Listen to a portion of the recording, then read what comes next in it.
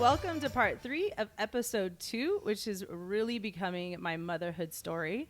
And this part is uniquely and divinely woven into my story. But before we begin, as usual, let's ground ourselves and clear some space for both our minds and hearts to be open to newness and to see things with a fresh set of eyes. So I invite you to close your eyes down or lower your gaze, whatever feels safest for you in your space. Let's take 3 clearing breaths. Nice big inhale in through the mouth. Feel the coolness of the air as you breathe in, and then as you exhale it out, feel the warmth of your breath against your lips. 2 more just like that.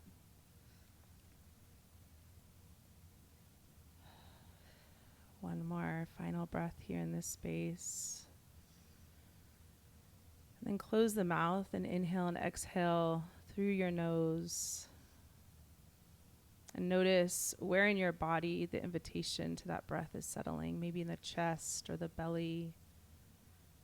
I invite you to imagine yourself in a learning situation. Can you think back on something that you learned? Maybe when you were younger, maybe something you were excited to learn about. Maybe it was an art class or an academic class, maybe another podcast or a training session. And as you place yourself in that space, in your mind's eye, can you connect with all the emotions of what your mind was thinking? What anticipation shows up for you? With all the plans that you have to utilize these new skills, how does your heart feel? And try to tap into that feeling of joy that may be sparked. And then can you associate that feeling with a color? Usually the first thing that comes to mind is the color that's associated with that. With your eyes still closed, with your breath still settling. Today, as you hear the stories and words being shared, see if that color can envelop these moments. Can you blanket your ears with that color, that spark of newness? And then begin to deepen the inhales and exhales. Find that color kind of illuminating those spaces of the lungs, the spaces of the belly and the heart. Let's take one more final breath in. Exhale it all out. And begin to blink your eyes open and arrive here in this space. Whew, that felt good. I don't know if I'm the listener or the speaker now. I am so honored to introduce to you Rachel Langsam. She gets a very special introduction because she is someone I would not and could not function without. Her influence and support has been unwavering. Oh man, I'm gonna freaking cry. And as a bonus, any crime that I would ever commit, she would be my accomplice. And she is a sister, a mentor, an advisor, and a soul friend. She has been my confidant and stood by my side every step of life's way. And our relationship is not a story of agreeing all the time or being aligned all the time in our thoughts, but we are always for each other. And our relationship is a deep trust and an acceptance of being loved in both the messy and the joys of life. Whew. Okay, there we go. So Rachel's a therapist that specializes in trauma, and she works with people who have a history of complex trauma. Welcome, Rachel, my soul friend, to this space. I'm so glad that you agreed to this. I was like, I don't know if she's going to do this for me. If I will commit crimes with you, I will do your podcast also. Yes. I got her. So tell us a little bit about yourself. I told everybody a little bit about just what your specialty is in, but could you just tell us a little bit about where you got your education and the specialties that you are currently in and any special projects that you are working on? Okay, if I can remember all of those, I'll answer all of them. Okay. I got my bachelor's in psychology at SUNY Cortland in New York, and then I moved out to California and got my master's in social work at Cal State Long Beach. I have certification in EMDR and attachment therapies, as well as psychedelic assisted therapies. I'm currently in process of opening a holistic trauma center with a couple of colleagues, in addition to having a private practice that I've been in for 14 years. Did I get it all? Yeah, you got it all. Yeah, all of it.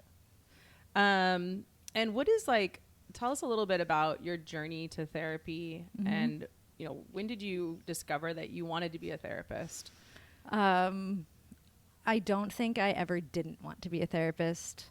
I remember in probably first or second grade, the teacher asking, write down on a piece of paper what you guys want to be when you grow up. And I wrote child psychologist. Wasn't going to one. I don't know how I even knew what that was, but I knew that was just what I wanted to do because it didn't feel like something I had to learn to do. It felt like something that was inside of me always. I feel like you told me a story once that you were like on a train or something.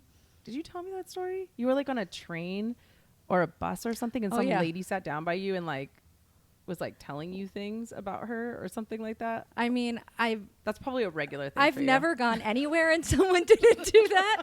But I remember being a young kid and kids on the bus would like sit down and just spill their beans to you. Like, my parents are getting divorced and this is what's going on with my brother. Like, just say things. And it was, I don't know why. I didn't know why. I think probably maybe that's where the child psychologist thing came from. I felt like I was doing that already. But it's just always kind of been a part of my life. I have gotten smarter on planes and stuff now. I do not say I'm a therapist. I say like, don't make eye contact with anybody. Correct. They can feel it in you. I say like, I'm an accountant. Kind of. I'm accounting for all your trauma. Exactly. Okay, so I thought it would be fun because she is my best friend to tell a little story. So I told her, think of a story that's funny, and then I'm going to think of one, and we're not going to tell each other. She could not help but like allude to a story, and I was like, don't tell me the story. So I want to know your consent. What your story is. No, there's no consenting here. Just go for it. So you go first. Okay. And then I'll share. Okay. My story is when Alexis was really little. I can talk about your kids, right? I'm assuming you talk about your kids. Alexis was They've already seen was part 2. Okay, good. Alexis was younger. She was, I don't know how old she was, but she was younger. The kids were all younger. Roger was out of town. Oh, geez. And we were at your house and just hanging out. And like, you know, we'll drink some margaritas.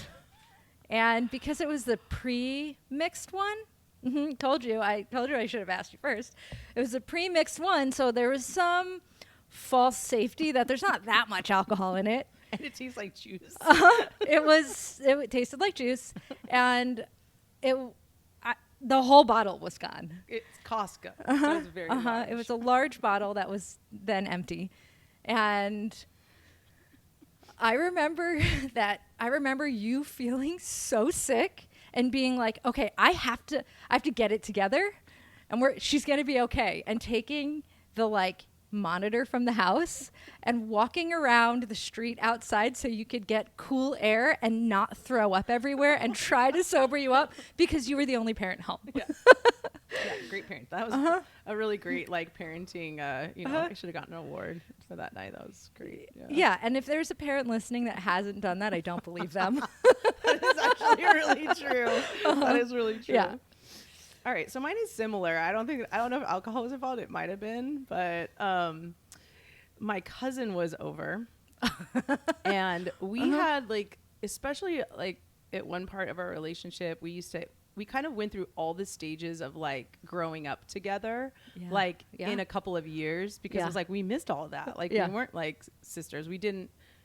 I mean, yeah. So anyhow, we were kind of like in this stage of, I guess, like growing up together where you wrestle.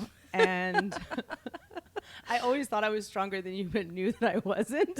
But I acted like I was. And my cousin was there. And she was like, first of all, probably appalled by our relationship because like, what is going on here? Like, this is a bunch of like Children. like children. Like, what kind of situation is this? And we full blown in front of her went to town wrestling, and On the she ground. sat there and looked at us like, and we were laughing so hard I might have peed my pants a little bit. Like, we were laughing so hard, and we turned around and looked at her, and she looked mortified, and I was like, had never seen anything never like seen that in her anything. life. Two grown women who thought that they were obviously children, and Oh my. literally like wrestling around and rolling around on the floor together. Yeah. Yes. And I remember like getting up and kind of like brushing myself off and like fixing my hair and like, That didn't happen. that didn't happen. What are you talking about? Who won? I think me. Obviously me. Figured that was your answer. Yeah. So there have been many moments like that where we've basically like not planning it, but have done things like that, silly things like that. And have, you know, had people even moments where I remember like people like staring at us or people saying things like trying to start fights. And we're like, oh, no way. Like all of a sudden we're, you know, We're so tough. yeah, we're tough. Yeah. We're going to like defend our Yeah. person. Don't talk to her that Exactly. way. Like, yeah. But I think that's the thing that probably separates our friendship from other friendships, at least for me, is there is no too weird.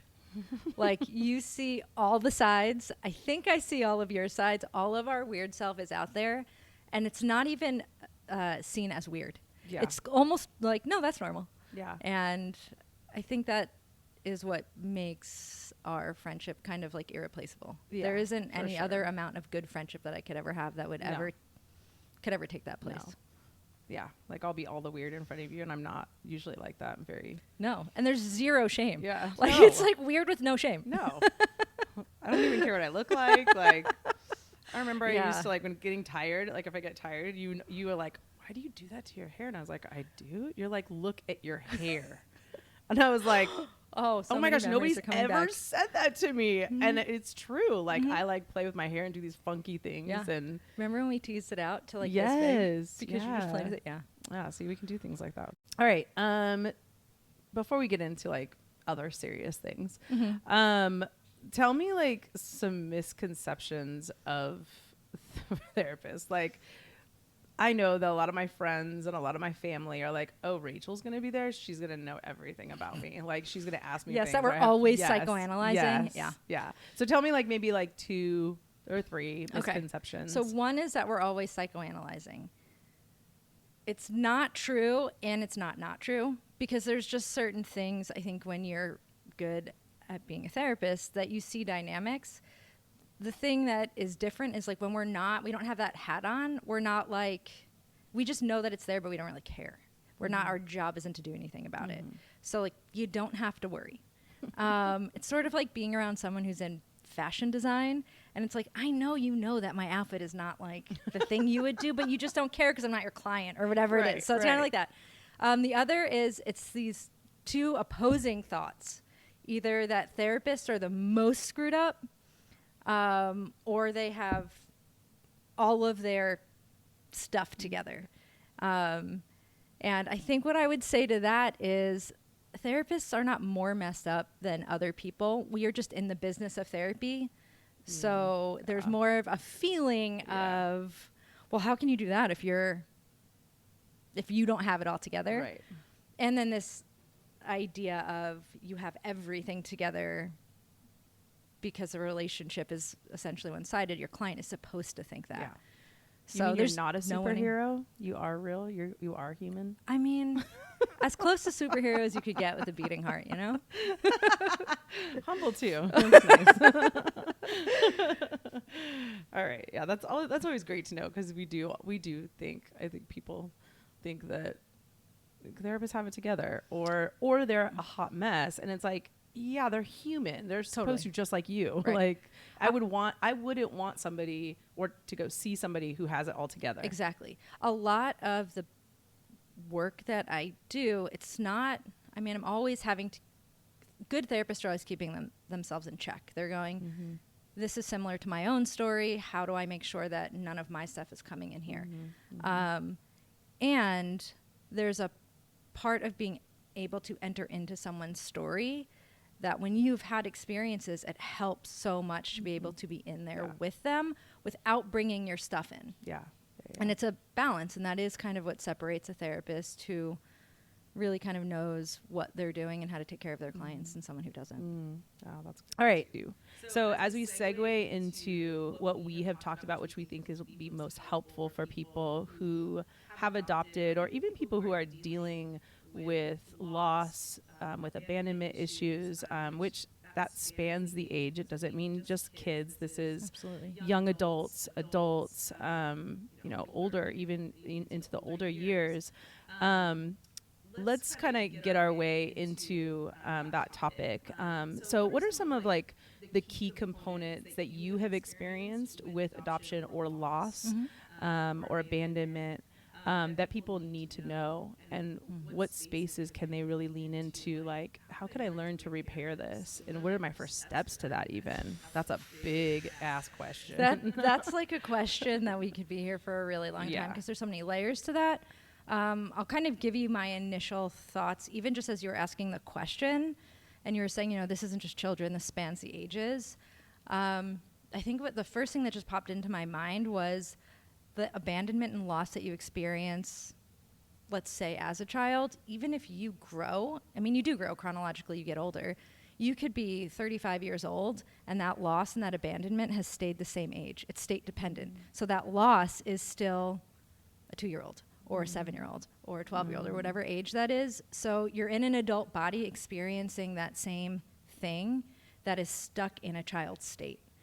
So I guess that can lead into the part of the how you do that work is really entering into that where that space is and helping to bring that part into today, into your adult self, I guess.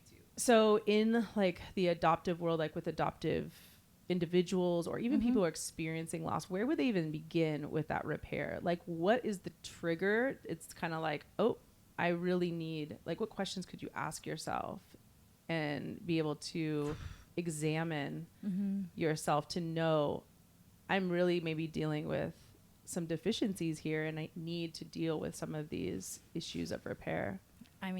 That's even a really big question, because I think everybody gets to it in a different way. So the starting point is basically anywhere that somehow in your life you're recognizing that you are affected by this. For adults, it's often their partner saying, this thing keeps happening, or you might hear like, you act like a child when this thing happens, because it is a child entering in. It can be, I'm having a hard time containing these emotions. It can be, I'm losing it at work. Sometimes it comes out sideways. It's not directly, I'm experiencing abandonment. Right. It's coming out somewhere. And so wherever that recognition is that something isn't working, and it's not necessarily something that feels like it's in my control, that is the place that you start. And you always start by going, I don't know, but I see it. And seeing it and admitting it is honestly the biggest step you can have. And then it's, I need someone else to help me in this healing process. And that's where adoptive families, therapists, like, they actually work together really well for that repair.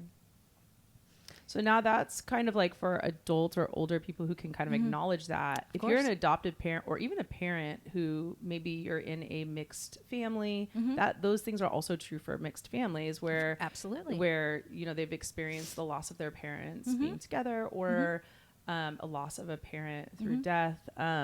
So what are some ways, like, for parents out there that may be experiencing some struggles and they're kind of like, I don't really know even what this looks like. What's going on What's here? going on? What could that look like? So I will say that children speak through behaviors. So as a parent, an adoptive parent is a parent. So for me, it feels really important to acknowledge parent. I don't like differentiating parent from adoptive parent for these purposes. I will, as we're talking about adoption, but I just want to acknowledge that you're just a parent.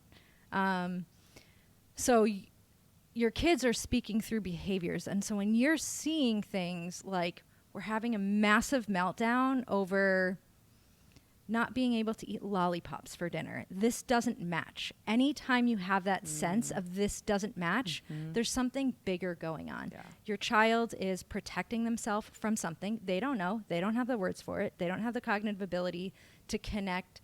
This thing happened here, and that's why I'm having this feeling here. Like most adults don't even have that.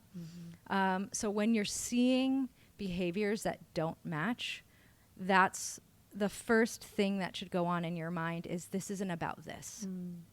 And what a gift to give your child to say, I see that you're feeling this about the lollipops, and I think maybe you're having an even bigger feeling about something else. And you don't have to know what that is, but I'm here. Yeah. And being the container for whatever that emotion is. And I will give you so much credit because I don't think I've ever seen a parent do it as well as you.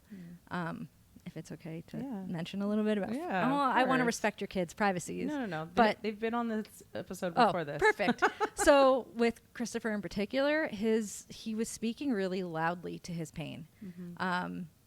And when you're in it day in and day out, it just feels like, can my kid stop tantruming? But you and Roger were you so beautifully and imperfectly, but so beautifully, physically and emotionally held space for him to have that.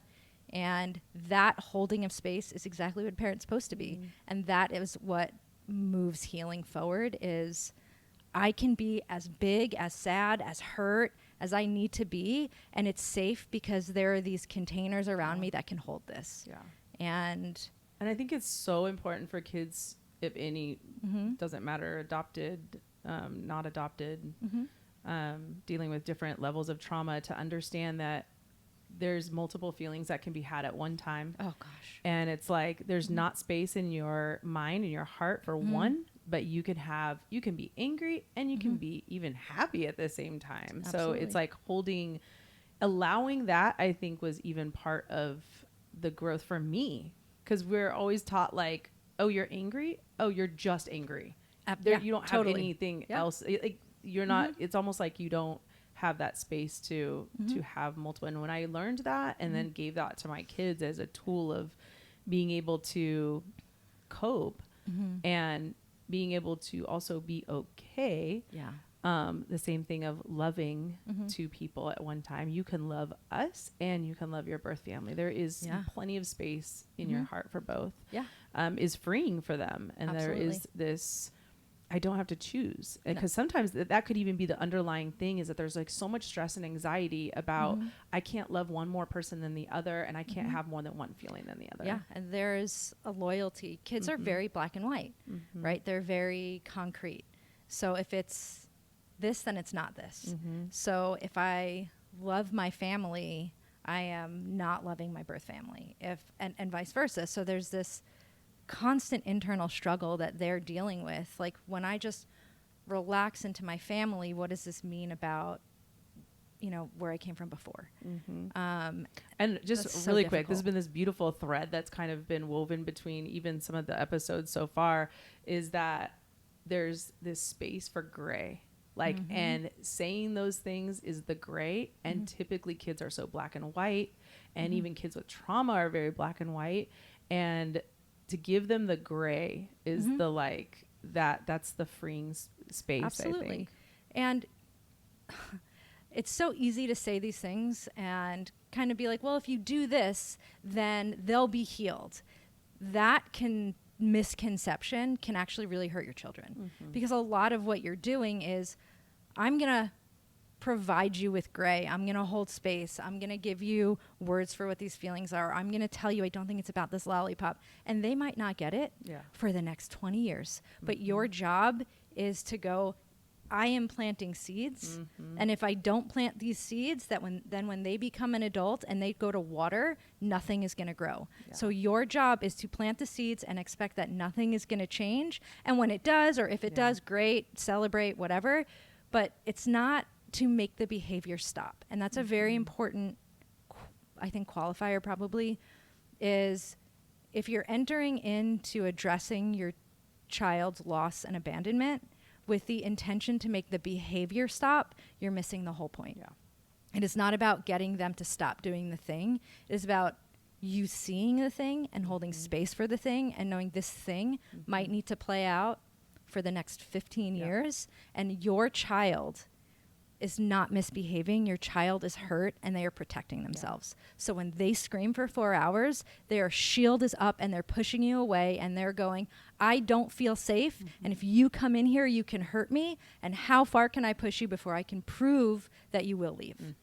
And it's hard. Yeah. It's exhausting. Multiple times we had those situations. Yeah. Multiple times. Yeah. Yeah. And specifically with Christopher, you know, he really experienced a lot of like trauma around his removal. And so with that came, I will run faster. Yep. You won't catch me. Yep. I won't let you, you know, and it was like constantly, time and time again, talk about planting a seed. Like I built a moat around our house and like fertilized and threw whatever I could, compost and everything to try to like get those seeds organic. to grow. Yeah, it was organic.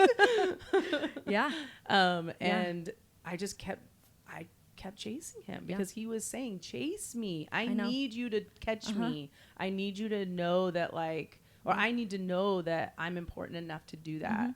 And there was something else I was going to say about that the behaviors are not, I stopped seeing them, and this took me a long time, probably up until like 2 years ago, to see the behaviors as communication and not as like something against me, that they're not trying to hurt me, but they're really trying to communicate how they're feeling. Yeah. That's, I mean, the fact that you even got there at all is huge. And they're not trying to hurt you. They're just trying to protect them. It is survival mode. There's no, you know, taking into consideration how my behavior might be affecting my parent when you are just trying to protect the part of you that has been, for all intents and purposes, hurt more than anything could ever hurt you in the world. Like losing. And surviving. Yes. Yes. Like losing, particularly a biological parent, there's sort of like, well, you're quote unquote genetically wired to love me, choose me, want me, all of these things. And when that doesn't happen by the one or two people who are supposed to do that, just like biomechanically, then who else would ever want to keep me? Who else would want me? Like, you're going to give up on me. You're going to get rid of me. So what I'm going to do is I'm going to push it. I'm going to not let you in. I'm going to hurt you. I'm going to push you away. I'm going to run faster, run further. I'm going to outrun you. You're going to get tired and you'll stop. Because there's just this unending search to prove I'm not loved. I'm not really wanted. I'm not really going to be chosen when things get hard. Yeah. And it's the primal wound.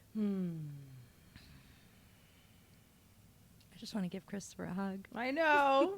Love you, Christopher. Can I tell you that seeing Christopher through Alexis's eyes is one of the most beautiful things I think I could ever experience. She loves him so much. She looks at him with the eyes that I wish every single parent could look at their child. And she think always is for him, and always like, he's just a hurt boy. Yeah, he's just hurt. I know. Like, it is. Aw. she's just pudding pie, you know. It is. It's really sweet. It really is. I mean, it's not just, I mean, each of them have their own story, and each of them have their own hurts, but they also, it's really cool. Like, I was talking about it yesterday. It's like they're this little community, and they really do have each other. And I think that it didn't like really plan that. It wasn't like I was planning this community, but it just happened. And it like really feel like that was, you know, God kind of just like piecing them together. They're also different, just like any, even like, I mean, I'm nothing like my brother. I'm nothing like my sister. Like, I mean, same. So it's, you know, it's not any different just because they're adopted. They're just their own people. So it's really cool to see them. I love their relationship. Yeah, me too. What have you found that works for traditional kids that harms adoptive kids? That's such a big question because, oh my gosh, when we first started, and I know I told you this, when we got Christopher. We heard that we were going to get Christopher. I was fresh out of college, and I was like, we're going to be foster parents. This is Fully prepared. So fun. I finished college. I'm ready for this. I'm ready. And, yeah, like my art history degree did anything for that. But okay, that's why like in your 20s, how you're like you have no idea. But part of our preparation was like we're going to get all the books on traditional parenting. And read them all in a weekend, and we're going to know how to parent. Yeah. And oh my gosh, could that not be further from the truth? And not only that, I threw all my traditional parenting books away because they made me feel like, do even like traditional kids, can they even like, is this even really applicable for like, it was just, it felt like, and no, like, you know, nothing against people. I know there are things that work, and there are modalities that obviously work for people. And so for us though, we just felt like, wow, I can't really find a book that really expresses what I'm dealing with right now. And it was all behavior based. Right. So yes. I would venture to say there isn't one book that does it, because there's not one human that's the same. Mm-hmm. So you're never going to open a book and go, there's my child. Right. Everyone's expressing their hurt and their pain differently, and everyone needs something different, and everyone's had different experiences. So what works for like very surface level, what kind of works for traditional kids, that doesn't work for kids who have, you know, we're talking about adoptive kids, but it's really anyone that has had an attachment break. So that's a break with a primary attachment figure. Right. So it could be a death, trauma. it could be a divorce, Yes, it yes. could be a massive break. A massive break, of any kind. So traditional parenting sort of, it is all based on having a secure attachment. Basically meaning I feel connected to you even when we're separate. I know that I'm okay because I have this thing out in the world, so I can go adventure, and I don't even think about it. I just trust that I'm going to be okay. That's what secure attachment is. And so traditional parenting uses secure attachment to teach. So your child does something, you're in timeout, go in your room. And that separation between parent and child, that kid's like, oh, I want things to be okay with that person that I feel so safe with. And that's what's like, okay, I don't want to be separated from you, I'm sorry. And they cry and they hug you and, you know, whatever it is. So when you have a child who has an attachment break, when you send that kid to their room and you separate from them, all you're doing is recreating the break that they had, and all it reinforces is you did something that can cause separation. So it actually is very, very, very detrimental to them, because their core belief is there's something wrong with me that made the separation happen. And so something as small as go to your room for a timeout reinforces that. So instead of like a timeout, you do what they call a time in, which is you stay with your kid. Like, your kid doesn't not get consequences. That's not beneficial. But the sitting down and taking a break from the activity that they really want to do because they took something from someone or hit someone or whatever it is you're going to sit in this chair in the kitchen with me and for 3 minutes or whatever it is. And you keep them with you so you don't cause separation. You did something that needs to be corrected, and I'm not going to send you away because you can't create separation. I'm going to address it and keep you with me because you're good and I still want you even when you make mistakes. And so it's not using the separation aspect of it. It's not, if you don't have a secure attachment to build on, or if the secure attachment isn't there, or there's been such a break, it's not going to work. It's actually going to exacerbate the problem. Right. Yeah. I remember this one. Well, Matthew was a little bit different. There was more of a secure attachment. So absolutely, we did do. We did another mom greatest moment. I used to send him away, or not send him away. I would put him in his room and say, "Hey, you know, you're hitting blah blah blah." He had sensory issues, so he had a lot of like his body was out of control a lot. So we had to like remove him from situations. Okay, go sit on your bed. And he was like such a sweet little kid, but he was like, 20 minutes would go by, Mom, Mom. And I'm like, oh my gosh, Matthew, are you still sitting on your bed? I'm so sorry. And I would like, talk about time in. I was like overcompensating. Then I'm like, you can stay with me all the time now. I'm never going to do that. But then Getting this snuggie around me. You're 7. Yes. I would always do that to him. And I always felt so bad. Little children. Doesn't matter how your families come together. They're It all the same. doesn't. I'm like, poor kid. He still is like, I was in timeout for like, well, of course he exaggerates, like an hour every single time. I was like, no, you were not. He also got to fly under the radar because he wasn't screaming for 6 hours in his room. Exactly. I'm like, maybe you should have screamed a little bit. But yeah, that has been so true. I've used that time in a lot of times. And I think it's important even for adults, like to have time ins rather than like, oh, I'm just going to leave. And the time ins could look so different where it's just that shoulder to shoulder time together. Yeah. So can I add one thing to that? Yeah. So like when you have a rupture, particularly with a child who has an attachment break, you have to have repair. That's what helps create secure attachment. Anytime there's a rupture, there's a repair. Because these kids have a rupture that has never been repaired because they are no longer with their biological parents. Yeah. So that rupture stays open for a really long time. Even if there's open adoption and it's a little bit, and there's a better relationship and there's some communication, there's still a rupture that's very open. So having that rupture repaired cycle, doesn't matter how small the thing is. You know, you yell at your kid because you're a parent. That kid is sitting in there like, they don't want me, they don't want me, they don't want me. And that anxiety's going up. It triggers the survival mechanism. All this stuff is going on that you're just sort of like, I had a moment and then I'm fine because whatever. And then you move on and the kid will come down, but they're going to come down without a repair. So you really want to be aware of that was a rupture. I'm going to go back in and go, you know what? I was feeling really frustrated and I took that out on you and I'm so sorry. You didn't actually do anything. Yeah. Or even though you made a mistake, I yelled or I said this thing and I shouldn't have done that and I'm so sorry and that was me and here's what I should have done instead. Yeah. You have to have that repair to create the secure attachment. Yeah, that's good. That's really good. So let's get into like how you can identify your attachment style. So how do you learn about what your attachment style is? That's also a big question. How many hours do we have? Not much longer. Oh gosh, do we have a lot to go? No. Okay, so there are a lot of ways to identify your attachment style. You can go to a therapist who will give you assessments, who will observe and talk to you, and they can tell you what your attachment style is. You can read books on attachment style. You can take quizzes online about what your attachment style is.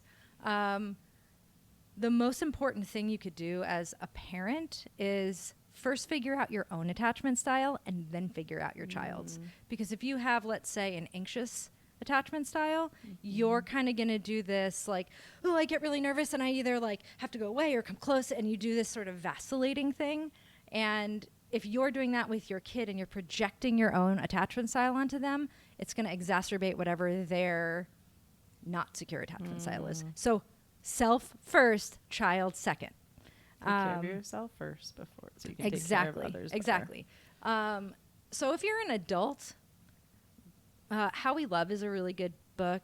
It's basically attachment styles, layman's terms. So you're not even going to get, they're not even calling it. That's Dan Siegel, right?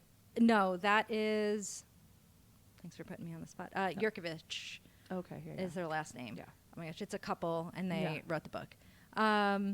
It's just a simple read. It kind of helps you understand attachment styles, and that's good for an adult. It's written in terms of like, this is what you'll see in yourself.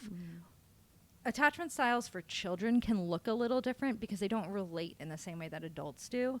But you know, a kid who has an avoidant attachment style, when they are vulnerable or they're hurt, they're not going to come for comfort. They're going to go to take care of themselves. A kid who has an anxious attachment style, they're going to constantly be like, where are you? What are you doing? They're going to be seeking you out because they're not feeling that security that even though we're separate, you're here and you're not leaving. So you're kind of wanting to look at, how does my child react when I'm around, when I'm not around, when they're hurt? Do they allow me to comfort them?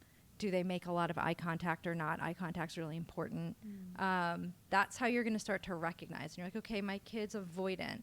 And it's real easy when your kid just wants to take care of himself because, you know, you got 100 other things to do. So that's helpful. But it's going, no, I need to respect his boundaries or her boundaries. But I'm going to stand at the boundary and I'm going to say, hey, I'm here. Can I give you a hug? Would that be okay if I gave you a hug? Can we do it together? So you're not trying to fix their attachment style with your idea of what it should look like. You're recognizing it and you're being the adult and you're entering in and doing the dance, respecting how ready they are to take it in. And you'll notice that you'll start to come in a little bit more. And when you get in, guess what happens? Increase in behaviors because they got vulnerable and it's there's more to lose now. Yeah. So the work isn't like, oh, I did this and we're so happy and look at our beautiful family. It's like, oh, I got in and we had this moment and then I had 4 days of hell. Because that kid is saying, I am so scared that you saw inside of me and you're going to leave me. I have more to lose now. And if you're going to adopt, you have to know that and you have to sign up for that. And it's so much harder than anyone could ever. Yes, it's so hard. And I would say all 3 of my kids are an example of sticking with it and really like even when it's so hard to stick and stay and continue. It's like you just because those I remember that like the behaviors or the side effects would get like less and less and less and it would like we would have more moments of like those little glimmers like more and more moments of that and so then it gives you like there's a lot of hope in that but it's like you're in the thick of it. You're in the mud. You're in the middle of a war. I don't know why you expect that the war is just going to stop. Right. That's kind of the thing. And you'll have periods of time where things get better and they're fewer and further between. And then stress hits or something is going on. And all of that seems like it goes away. And you go right back because we all go back to our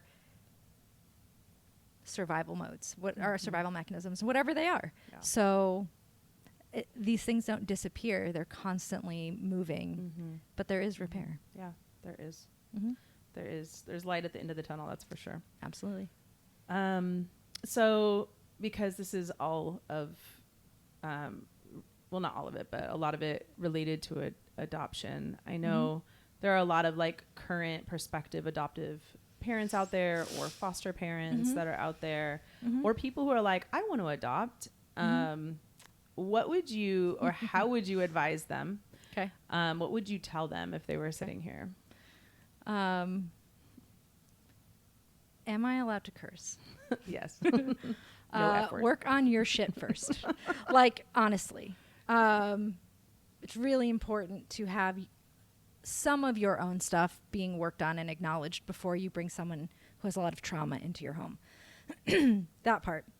The second part I would say is if there is even an inkling inside of you that, one, it won't be like those other stories, or two, I'm going to love them enough and this safe house is going to make that go away. If you even believe that someplace deep in your subconscious, take a beat.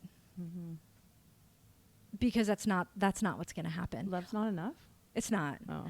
It's needed. And you can give just love and safety, and that's all you do, and you don't do any of the other work. And I guess, and it is better than, bouncing around in a bunch of different foster homes. Yes. But that isn't the answer. And so this idea that they're going to come here and all that other stuff is going to go away is your own problem. Your discomfort with the messiness of trauma, and that's not fair to put on that child who's already carrying the world. Yeah. So recognize I'm going to provide safety and love no matter what, and it's going to be really hard and really messy, probably in perpetuity. Like there's no end point. So it's really checking yourself because it's so unfair to give this kid someone else's stuff to carry when they're carrying so much. Yeah. I think a lot of people go in and they think like, oh, I just want to love a kid and bring him into my home. And that's, I guess, a great, like, deeply noble. Yeah. Well, it's just like, it's good to know that, but then it's like, well, there's a lot beyond that. That is like, yes, you want to do that, but who's that for? That's exactly it. Are you loving this kid the way you want to love this kid with the idea of what love looks like? Or are you willing to love this kid in the way this child needs to be loved? And even like molding them into this child that you want them to look like Absolutely. I feel like is another big fallacy. It's like, I'm going to create this really great kid that's going to be able to flourish and blah, blah, blah, blah. And it's ding, ding, ding. You hit it right on the head. This idea of I'm going to make this kid the kid I want in my family. Mm-hmm. All you're doing is creating an additional sense of I don't belong. Instead, it's bringing that kid in and it becoming expansive and opening it to whoever you are is a part of this family, not who I want you to be. Right. Like, which is what traditional family is, right? You're handed this baby. Yes. And I don't know. I don't know what this baby's going to be like. It's like, it's like, you know, I mean, we have hopes and dreams, of course, but it's like never to put those hopes and dreams or that to be the only factor that you can have those hopes and dreams, but also let them be malleable because those hopes and dreams may not be that kid's hopes and dreams. Totally. And making that kid who has lost already feel like I also have to lose me to be what you want me to be is so deeply detrimental. For your own banner. Yes. Yes.